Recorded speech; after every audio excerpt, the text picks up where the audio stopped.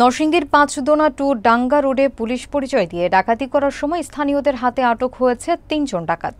এ সময় তাদের কাছ থেকে ৩টি ধারালো চাকু, পুলিশের 2টি রিফ্লেকটিভ ভেস্ট, একটি সিএনজি এবং লুট করা কিছু টাকা উদ্ধার করা হয়। স্থানীয়দের সাহসী ভূমিকায় ধরা পড়া এই ডাকাতরা পুলিশের পরিচয়ে ভয় দেখিয়ে পথচারীদের কাছ থেকে টাকা দাবি করছিল।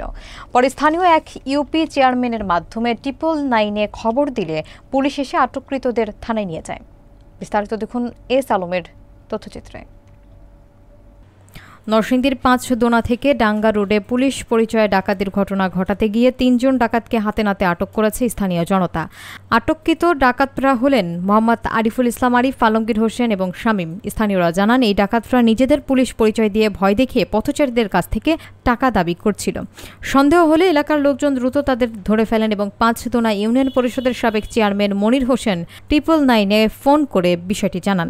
খবর পেয়ে মাধবদী থানার ভারপ্রাপ্ত কর্মকর্তা নজরুল ইসলামের নির্দেশে এসআই মোহাম্মদ আলামিন ও এসআই মোহাম্মদ মিজানুর রহমানের নেতৃত্বে পুলিশের একটি দল ঘটনাস্থলে গিয়ে 3 ডাকাতকে গ্রেফতার করে। তবে তাদের সাথে থাকা আরও 2 জন ডাকাত পালিয়ে যায় এবং পুলিশ তাদের গ্রেফতারের চেষ্টা চালাচ্ছে বলে জানিয়েছে। আটককৃতদের কাছ থেকে পুলিশ 3টি ধারালো চাকু, পুলিশের 2টি রিফ্লেকটিভ ভেস্ট, 2টি মোবাইল ফোন, একটি সিএনজি এবং লুণ্ঠিত 1200 টাকা উদ্ধার করেছে। এই ঘটনাটি এলাকায় সাময়িক আতঙ্ক তৈরি করলে স্থানীয়দের সাহসিকতার কারণে একটি বড় ধরনের ক্ষয়ক্ষতি এড়ানো সম্ভব হয়েছে।